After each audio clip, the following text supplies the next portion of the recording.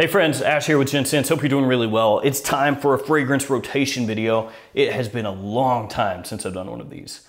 I don't know how long, I just know it's been a long time. Today's rotation is going to center around fresh fragrances that have a little bit of a soapy feel to it, whether that's a bar soap, a powdery soap, a shower gel, whatever. They've got a soapy vibe to them. And because these are fragrances that are more in that style of being fresh and clean and soapy, that means they have a ton of versatility, because I don't think anybody is ever gonna come up to you and catch a whiff of your fragrance and be like, you smell clean. If that does happen to you, that's really weird. That shouldn't happen. Let's go ahead and jump into it. Let's check these 7 fragrances out.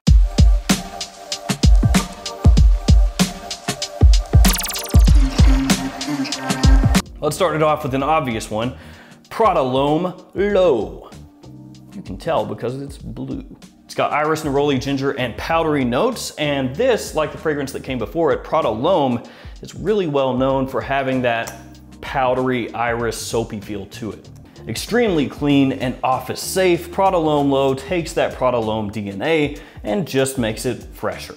The entire Prada L'Homme line is really well known for being a line of fragrances that are extremely safe and great to wear to the office, and this one is no different. So even though it's extremely obvious, Prada L'Homme Low is still a great, fresh, clean, soapy kind of scent. Performance on that could be better, but what are you gonna do? You win some, you lose some. Next up, let's go with this one. Guess 1981 Indigo. And one thing you're going to realize as we go through this list is that most of these fragrances either have blue bottles or they're colored blue. Fresh equals blue, apparently.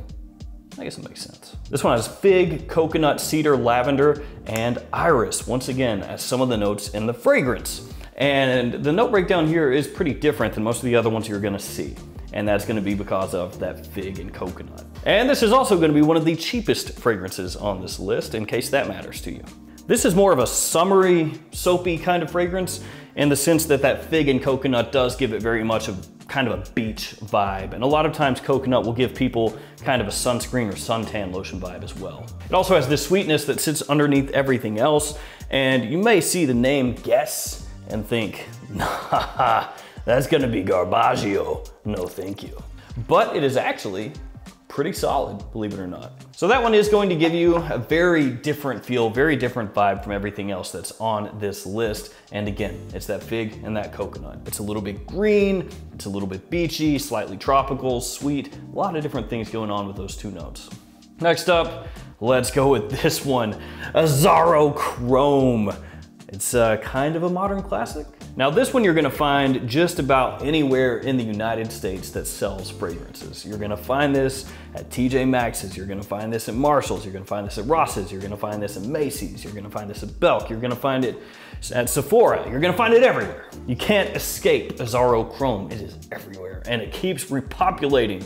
Is that repopulating? No, evolving, it keeps evolving. New chrome flankers every single year. Chrome is immortal, chrome will never die, chrome is a vampire overlord. I don't think that actually makes any sense at all, but you get the idea. It's got lemon, rosemary, neroli, and musk, and chrome is gonna be like a slightly metallic, very fresh shower gel kind of scent. Now this one will get crapped on by some guys, you know, people that are really hardcore fragrance collectors, fragrance enthusiasts, they'll be like, man, chrome, so boring, so played out, don't like it. But your average person will typically love chrome. That is why it still sells. That is why you can find it literally everywhere, and that is why chrome has so many flankers. To be fair though, some chrome flankers are really good, like Chrome Aqua. It's nice. And despite the hate that this one sometimes gets, it's actually a really solid everyday wear, kind of dumb reach fragrance. Sure, maybe it comes across a little basic, it's not ultra hyper complex, but it is super wearable, super versatile, very likable. Next up, a fragrance from Bentley, Exotic Musk. This one has musk, iris, tonka, and amberwood as some of the notes in this fragrance.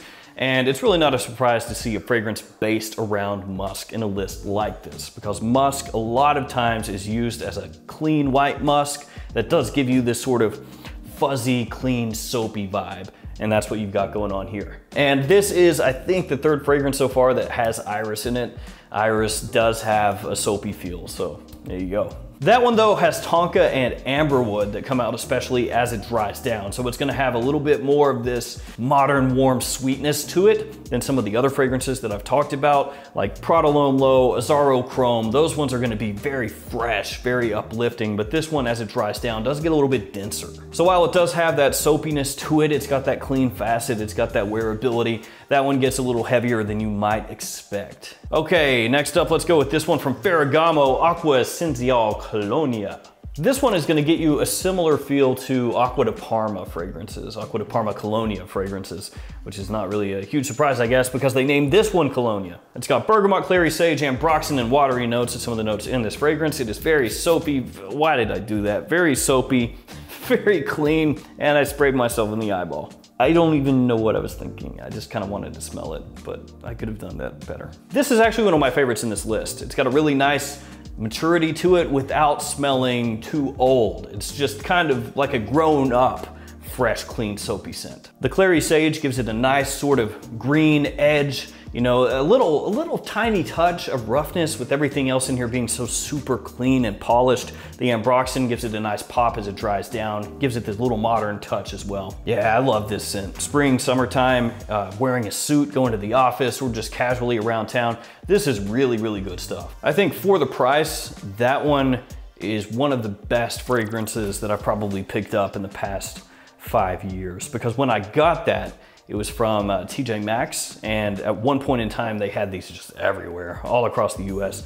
And I feel like I picked that up for about 20 bucks. Next up, let's do this one, Luna Rossa Sport from Prada. This one, I feel like is almost the red-headed stepchild in the Luna Rossa line.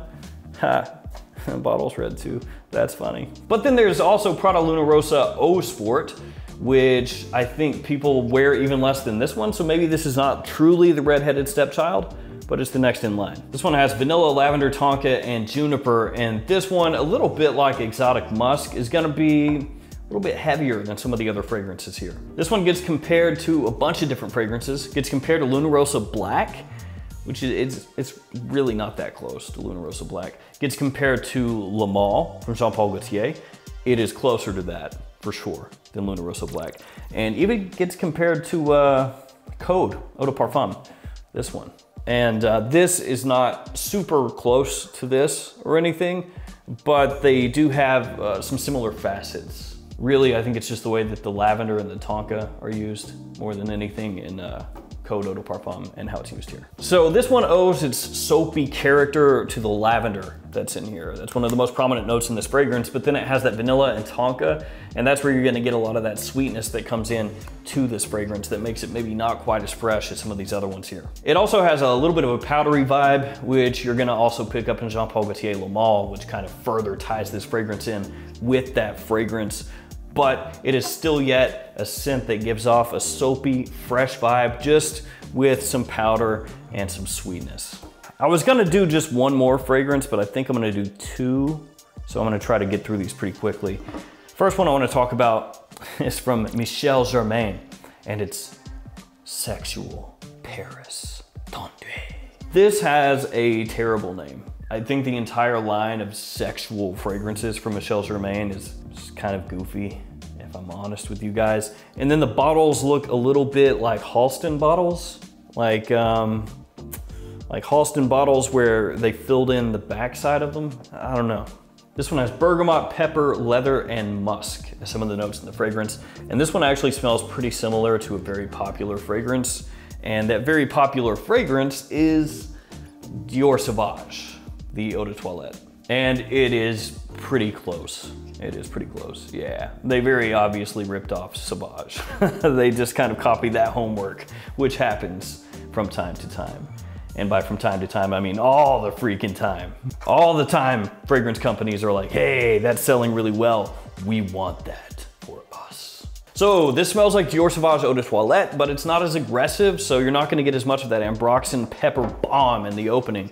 It's a little bit smoother, it's a little bit sweeter, and it has more of a concentration on the bergamot initially than Dior Sauvage does. Now, I'm not saying that it is better than Dior Sauvage. I'm saying it's Dior Sauvage, only slightly different, kind of like Prada Luna Rosa Carbon is Dior Sauvage, only a little different. So for some of you out there, this is going to be better than Dior Sauvage. And for others of you out there, this is not going to be as good as Dior Sauvage. Boo, no originality. As I mentioned, it's a little bit smoother than Sauvage, but not as aggressive, not as in your face, not as loud, and the performance not as good. It does have that kind of blue shower gel feel to it, so that's where you're gonna get the soapiness in this one. And where it is a fresh blue fragrance in the style of Dior Sauvage, you can use it basically anywhere. We are to the last fragrance, so technically 8 fragrances, and it's good old Nautica Voyage. Apple, green leaves, lotus, and musk, some of the notes in this fragrance. This is one of the all-time cheapy hits for fragrance connoisseurs and fragrance beginners as well. For the longest time, if somebody was just getting into fragrances, like a friend of mine or something, and they said, hey, what should I buy? I want something that's fresh and clean and easy to wear. I would just say, hey man, go down to TJ Maxx, go down to Ross's, Marshall's, whatever's closest to you. Pick up a bottle of Nautica Voyage. Because for years, they always had these in stock, always. And I think they were typically like 20 bucks, 20, maybe 25, but I think 20.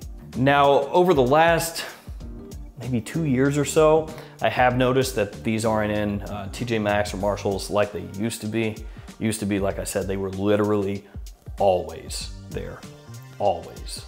But lately, not as much. It still is though really popular, really easy to find. You can find this at discounters online, you can find it at Amazon, I mean, pretty much anywhere. And it is still what it has always been, one of the easiest to wear beginner fragrances that you can buy that for the price is actually a surprisingly solid pickup. It's a potential compliment puller. Pretty much anybody that smells it is going to at least think that it smells pleasant.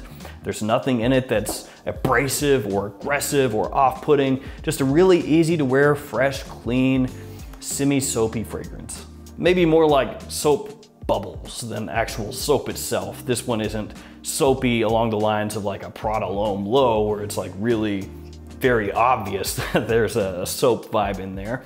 But it has that kind of clean factor to it, that clean vibe. And it's a great dumb reach in pretty much any high heat situation. Really easy to pull off. And I think that if you're a collector, you really need to have at least one bottle of Nautica Voyage.